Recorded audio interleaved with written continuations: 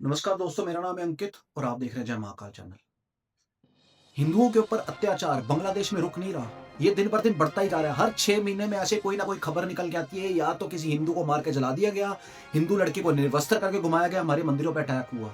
ये सब कंटिन्यूअसली तब से हो रहा है जब से सांप का बच्चा है ना, मोहम्मद यूनुस। और ये जो जमाते इस्लाम है, ये जो कट्टर इस्लामिक ऑर्गेनाइजेशन है जो हिंदुओं पे जुल्म कर रही है वहां पे, ये उनके अंडर हो रहा है। ये सांप का बच्चा जो है ना, मोहम्मद यूनुस, ये खुद करवा रहा है वहां पे। क्योंकि फरवरी में इलेक्शन है, ये चाहता है इलेक्शन हो ही ना। अगर इलेक्शन होए तो मैं ऐसे हालात पैदा कर दूं कि लोगों के दिल में आ जाएगा यदि हम वोट डालने जाएंगे तो कहीं सिविल वॉर ना हो जाए, कहीं दंगे ना हो जाए। अब दीपू चंद्र दास, एक बांग्लादेशी हिंदू, फैक्ट्री में काम करता है, फैक्ट्री से वापस काम करके आ रहा होता है, एक भीड़ उसको मारती है। क्यों? क्योंकि वो हिंदू है, उसको टारगेट किया जाता है, उसको अधमरा करके उसके बाद उसको पेड़ से बांधा जाता है और उसको जिंदा आग लगाई जाती है। और जब उसको आग लगाई जाती है तो जितनी ये बांग्लादेशी जिहादी है ना, ये मॉब, ये उसके बाद उसकी फोटो ही लेता है, कोई उसकी वीडियो लेता है। आप ये देख लो किस तरह का जिहादी माइंडसेट है इनका। यही भिखारी के बच्चे हैं जिनको 1971 में हमारी भारतीय आर्मी ने आजादी दिलवाई थी। ना ही केवल आजादी दिलवाई थी, हमारे लोगों ने इनको सपोर्ट किया था, टैक्सेस दिए थे, पैसे दिए थे ताकि बांग्लादेश अपने पैरों पे खड़े हो जाए। और बंगालियों, तुम्हें याद है जब पाकिस्तानी आर्मी तुम पे जुल्म कर रही थी, तुम्हारी औरतों का रेप हो रहा था, तब जाके भारतीय आर्मी ने तुम्हें बचाया था। ये अखबार में लिखे जा रहा है कि दीपू चंद्र दास को मॉब ने मारा और वो मर गया तब उसको जलाया गया। ये बिल्कुल झूठ है।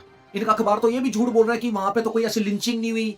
भाई वहां पे लिंचिंग हो रही है, खुलेआम हो रही है। बांग्लादेश के अंदर तो पॉलिटिकल अनस्टेबिलिटी है ही है। पार्लियामेंट के अंदर घुस के मौत तुम्हारा मुल्क तोड़ रही है, पूरे मुल्क में तुम्हारे आग लगी पड़ी है। बांग्लादेश नेशनल पार्टी के ऊपर अटैक किया गया है बकायदा। खालिदा जिया की पार्टी है वो, और बांग्लादेशी मीडिया कह रही है कि खालिदा जिया जो है आजकल बीमार चल रही है।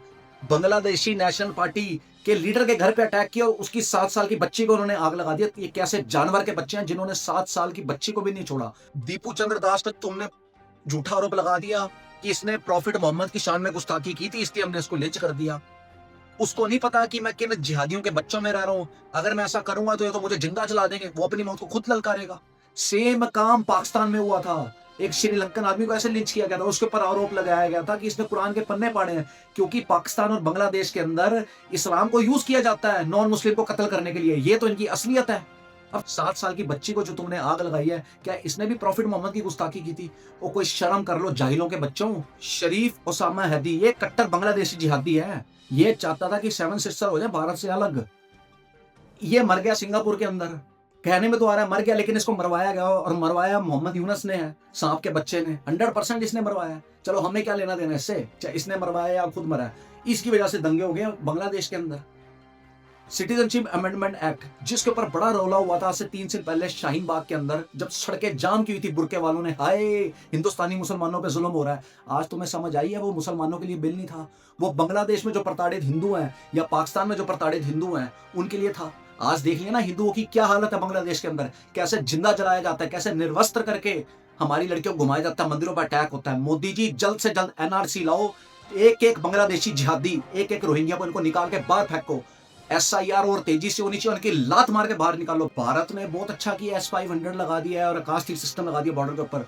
वकार उर जमान जो chief general of army staff है बांग्लादेश का, उसका उपेंद्र त्रिवेदी जी को फोन आया है हमारे चीफ जनरल को कि जी हाँ, आप हम पे अटैक मत करना। क्योंकि इनको पता है 1971 में जब इन्होंने हमें बचाया है तो ये तो हमारी ऐसी तैसी कर देंगे। वो रेजिमेंट को डिप्लॉय किया जिसने 1971 में पाकिस्तान से बांग्लादेशियों को बचाया था, तो वो तो चप्पा चप्पा जानते हैं बेटा, 6 टुकड़ों में तोड़ देंगे। इसीलिए तुम्हारे chief general of army staff का फोन आया भारत के उपेंद्र त्रिवेदी के पास। जब तुम्हारे में दम नहीं है तो बेटा पंगे क्यों लेते हो फिर? और ये हिंदुओं को जलाना, हिंदुओं को टारगेट करना, ये सीधा सीधा इंडिया को चैलेंज है। और वकार उर जमान ने पता है क्या कहा है कि जो ये सांप का बच्चा ना मोहम्मद यूनस, ये तो प्लांटेड बंदा है। क्योंकि बांग्लादेश के अंदर भी जो पावर है वो चीफ ऑफ आर्मी स्टाफ के पास है। वकार उर जमान जाता है, हम भारत के साथ रिश्ते नहीं खराब करना चाहते, क्योंकि पता है भारत जब अपने पे आ गया तो हमें 2 मिनट नहीं लगाएगा मिट्टी में मिलाते हुए। और ये पाकिस्तानी भिखारी, इनके पास तो वैसे ही कुछ नहीं है। चीन जो है वो पाकिस्तान और बांग्लादेश का गठजोड़ करके भारत के अंदर अनस्टेबिलिटी लाना चाहता है। हिंदुओं पे जो अटैक हो रहा है ना, इसके पीछे चीन का बहुत बड़ा हाथ है और अमेरिका की फंडिंग है। बाकी भारत को जल्द से जल्द एक्शन लेना चाहिए। अगर ये नहीं रुकते तो घुस जाओ और तोड़ दो इनको 6 टुकड़ों के अंदर, और एक एक बांग्लादेशी भिखारी को इस देश से बाहर निकालो। और जितने भी पाकिस्तानी हिंदू हैं और बांग्लादेशी हिंदू हैं उनको शरण देने का काम हमारी सरकार जल्द करे। बाकी दोस्तों आपका क्या कहना है इस वीडियो के बारे में, मुझे कमेंट सेक्शन में लिख के बताइए। और यदि आपको भारतीय होने पर गर्व है तो कमेंट सेक्शन में जय हिंद भी लिखिए। जय हिंद, वंदे मातरम। भारत माता की जय।